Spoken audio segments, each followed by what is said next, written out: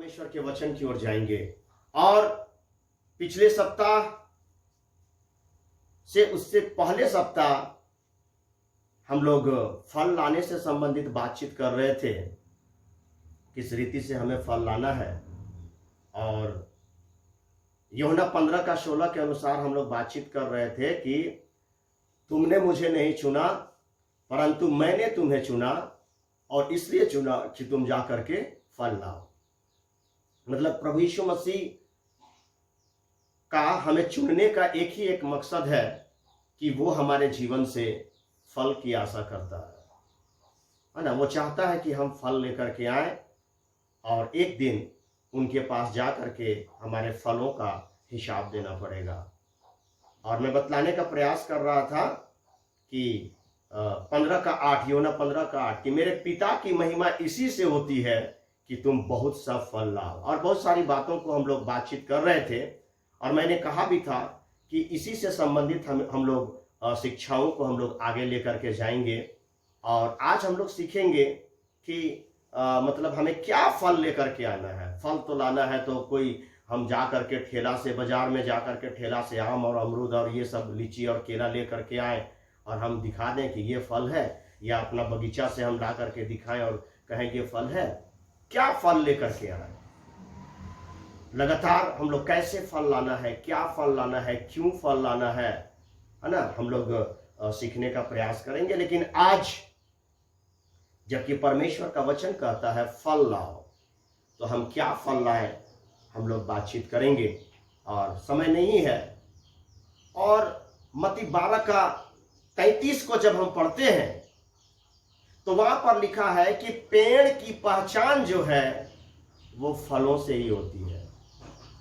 हम उसके पत्ते, उसका तना, उसका आकृति, प्रकृति, उसका विशालपन इत्यादि देख करके उसकी हम लोग पहचान नहीं करते हैं, परंतु पेड़ की पहचान जो है मेरे प्रियो, हम उसके फलों से करते हैं कि ये अमरूद का पेड़ है, ये आम का पेड़ है, ये कटहल का पेड़ है। उसके फलों से हम उसकी पहचान करते हैं।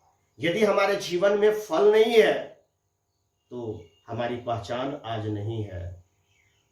लोग हमें नहीं जानेंगे, परमेश्वर हमें नहीं जानेगा यदि हमारे जीवन में फल नहीं है। तो हम क्या फल लेकर के आए, क्या फल लेकर के आए। लूका रचित सुसमाचार 3 अध्याय उसका 8 पद को मैं पढ़ देता हूं आपके लिए। यहां पर लिखा है, अतः मन फिराव के योग्य फल लाओ।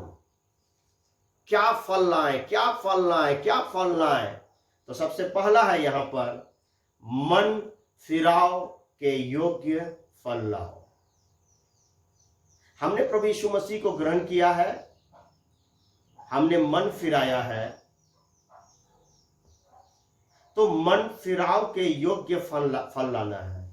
यानी कि हमारा मन परिवर्तित हुआ है, हमारा मन बदला है, तो उसका असर, उसका फल दिखाई देना चाहिए।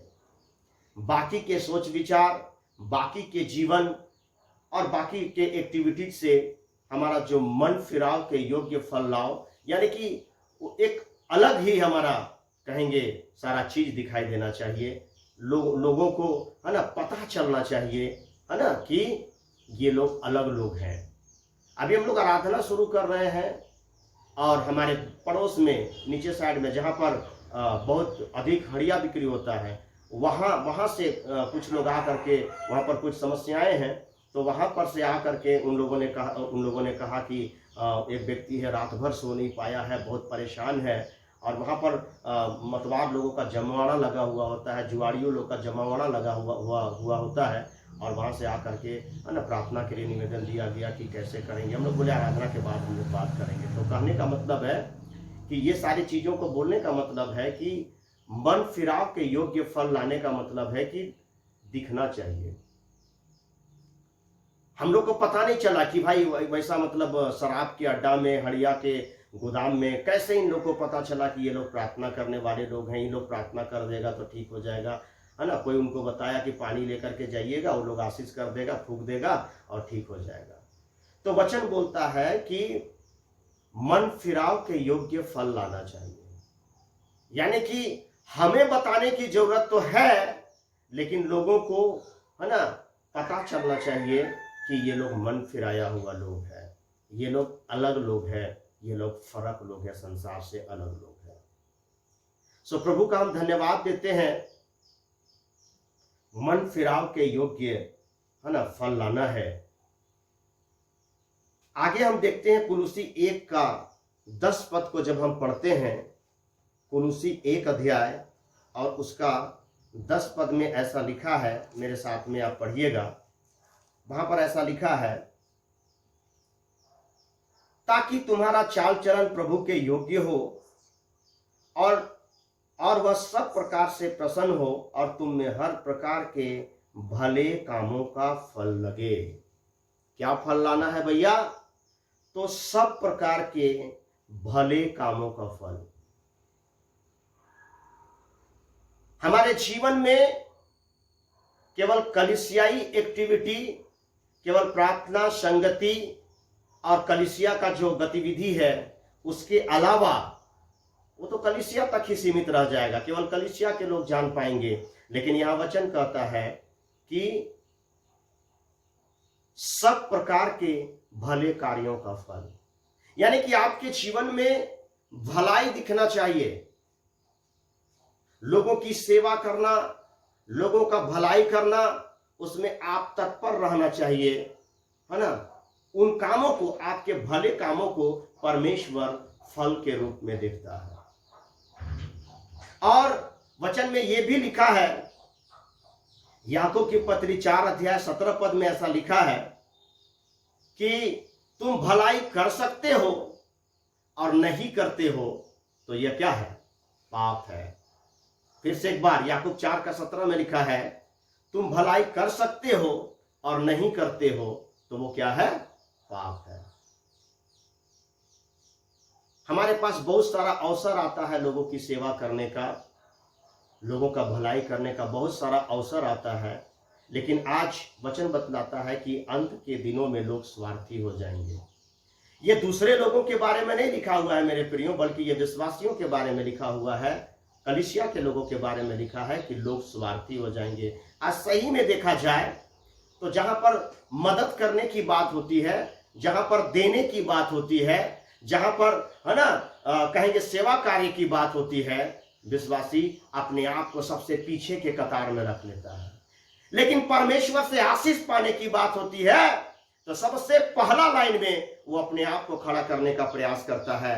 मेरा पति का जीवन बदल जाए, मेरा बच्चा को आशीष मिल जाए, मेरा घर बन जाए, उनको गाड़ी मिल जाए, हमारा बिजनेस चले, हमारा ये चले, वो चले। सबसे आगे के कतार में लोग अपने आप को रखने का प्रयास करते हैं। लेकिन जहां पर देने की बात है ना, मैं बारंबार आप लोगों को मैंने चुनौती दिया कि पिछले लॉकडाउन में हम लोगों ने बहुत सारे चीजों को किया।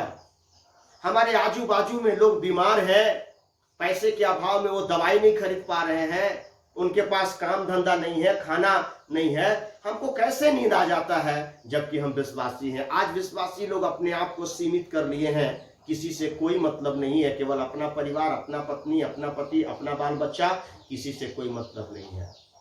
लेकिन बाइबल बतलाती है, याकूब 4 का 17, तुम भलाई कर सकते हो और नहीं करते हो तो वो क्या है? पाप है। और यहां पर लिखा है, सब प्रकार के भले कामों का फल लगे। मेरे प्रियो, हम लोग बहुत प्रयास कर रहे हैं, हम लोग की सीमित आमदनी में हम लोग बहुत प्रयास कर रहे हैं राशन बांटने का। अभी हम लोग सोच रहे हैं इस महीने हमारे जितने सेवक भाई लोग हैं सबको हम लोग बरसाती देंगे, क्योंकि वे लोग फील्ड में दौड़ते हैं, है ना। बहुत सारा हम लोग प्रयास कर रहे हैं। हमारे कलीसिया में, हमारे लोगों में बहुत सारे लोग सक्षम हैं।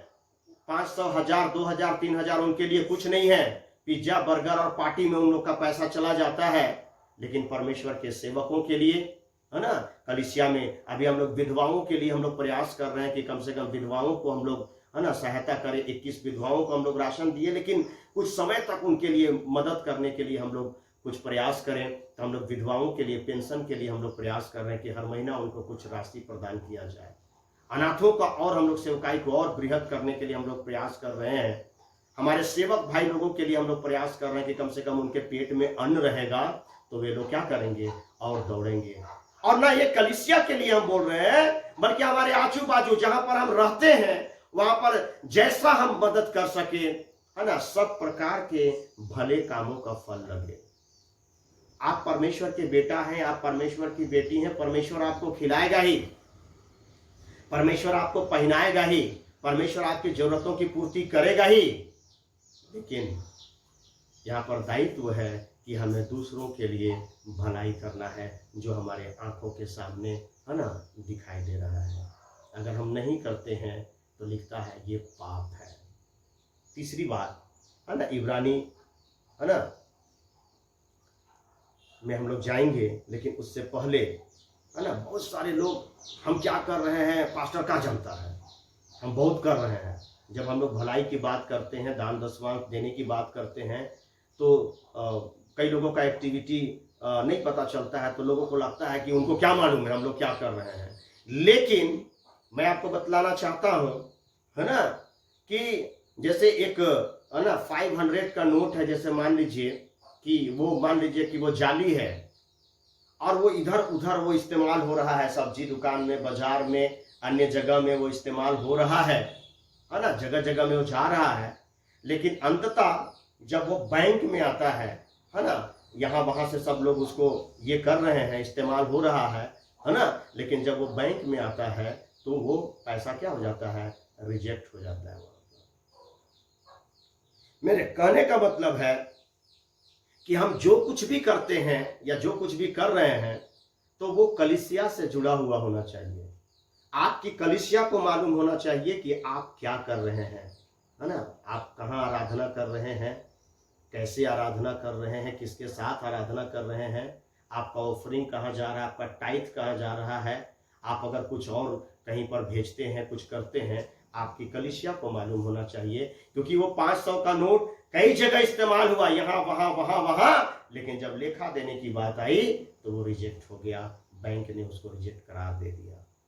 तो परमेश्वर के बगैर या कलीसिया की अधीनता के बगैर, है ना, हम कुछ भी कर रहे हैं, है ना, तो शायद परमेश्वर को, क्योंकि परमेश्वर ने कलीसिया को अधिकृत ठहराया है, कलीसिया के द्वारा, कलीसिया की अधीनता में हमें भलाई के कार्यों को करना है। और इब्रानी 13 का 15 में ऐसा लिखा है, मेरे साथ पढ़िएगा, वहां पर ऐसा लिखा है, इसलिए हम उसके द्वारा स्तुति रूपी बलिदान अर्थात उन होठों का फल जो उसके नाम का अंगीकार करते हैं। क्या फल लाए, तो यहां पर है होठों का फल। क्या है? होठों का फल, स्तुति बलिदान।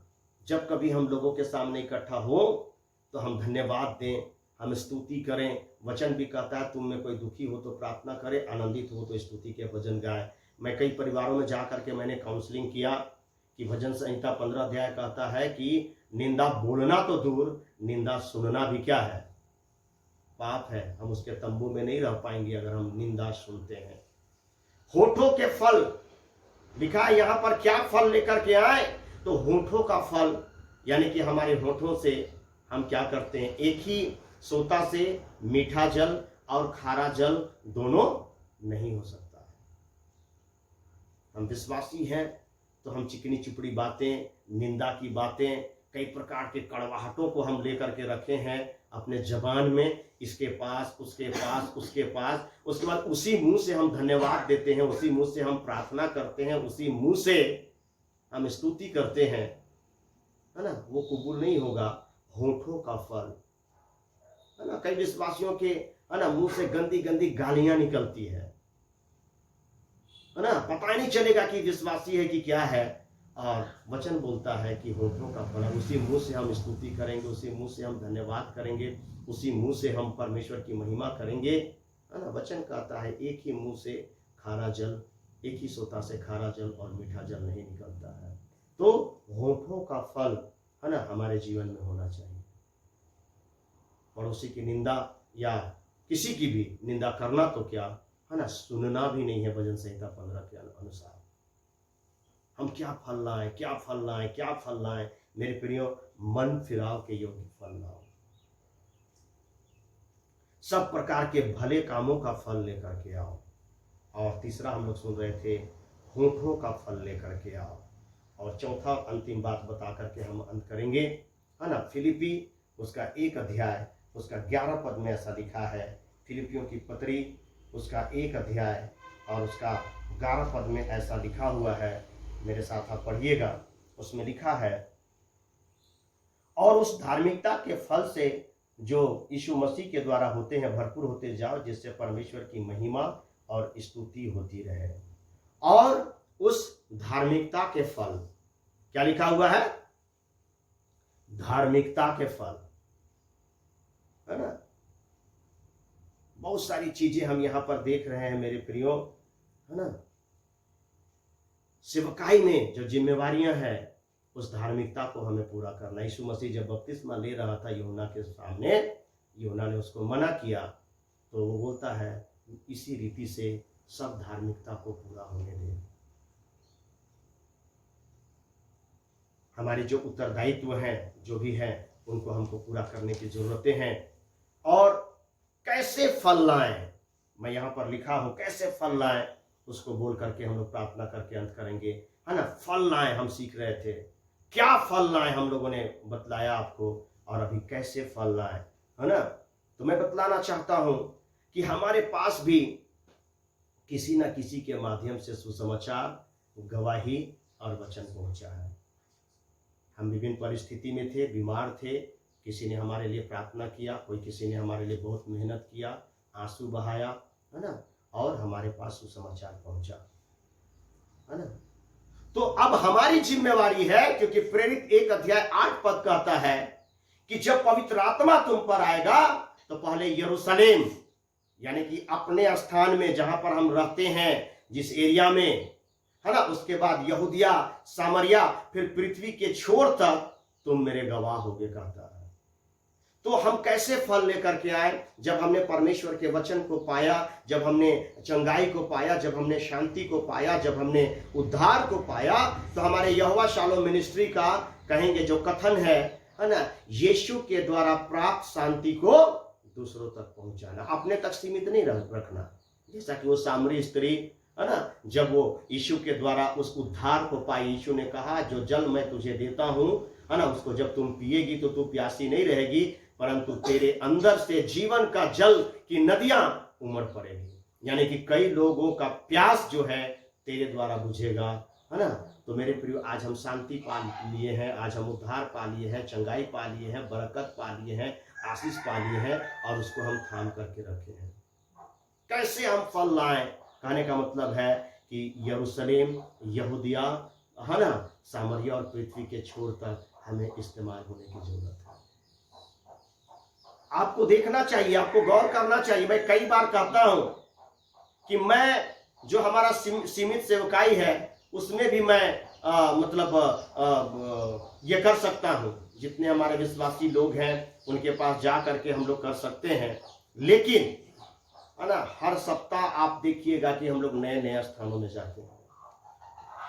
बीमार, है ना, होने से पहले की तो बात छोड़िए, बीमार से ठीक होने के बाद, है ना, जो भी कि शरीर उतना ठीक नहीं हुआ है, 200, 300, 400 किलोमीटर की यात्राएं हम लोग कर रहे हैं, नए नए स्थानों में हम लोग जा रहे हैं, है ना।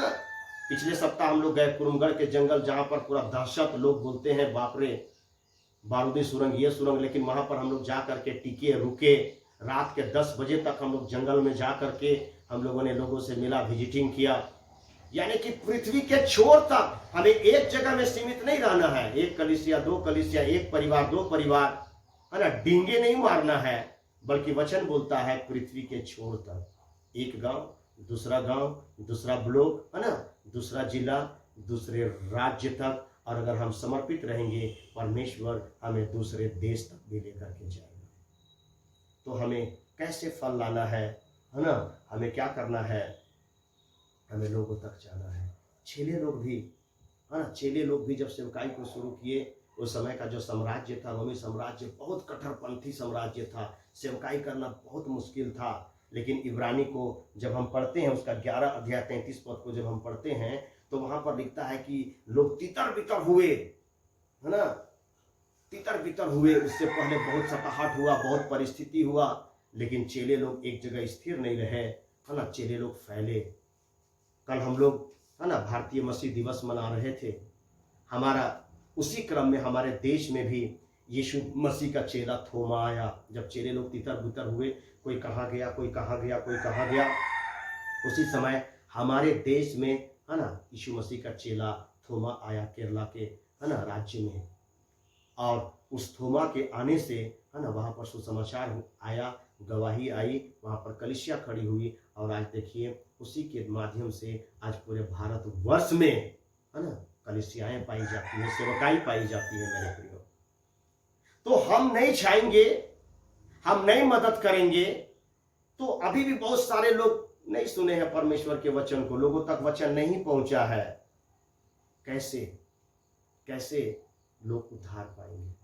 इसलिए मैं अपनी कलीसिया को, है ना, 3 प्रकार की शिक्षा को मैं देता हूं कि मेरा कहना ये नहीं है कि मेरे समान आप झोला टांग करके अपना काम धाम परिवार छोड़ करके मेरे साथ आप यहां वहां चलिए हर समय। लेकिन मैंने 3 प्रकार की सेवकाई मैंने अपनी कलीसिया को सिखाया है। पहला कि आप प्रार्थना के द्वारा भी हमारा सहयोग कर सकते हैं। पास्टर कहाँ जा रहा है, टीम कहाँ जा रही है, आपको मालूम होना चाहिए और प्रार्थना होना चाहिए। इसलिए ग्रुप में सारी एक्टिविटी को हम लोग डालते हैं, सारी चीजों को हम लोग ग्रुप में डालते हैं। लेकिन प्रार्थना तो सब लोग करते हैं, कितना करते हैं पता नहीं। लेकिन दूसरा चीज हम लोगों ने सिखाया है कि प्रार्थना के साथ आपको सशरीर भी जाने की चेष्टा करना चाहिए, कोशिश करना चाहिए, प्रयास करना चाहिए, कभी कभी काम छोड़ करके, क्योंकि परमेश्वर आशीष देगा।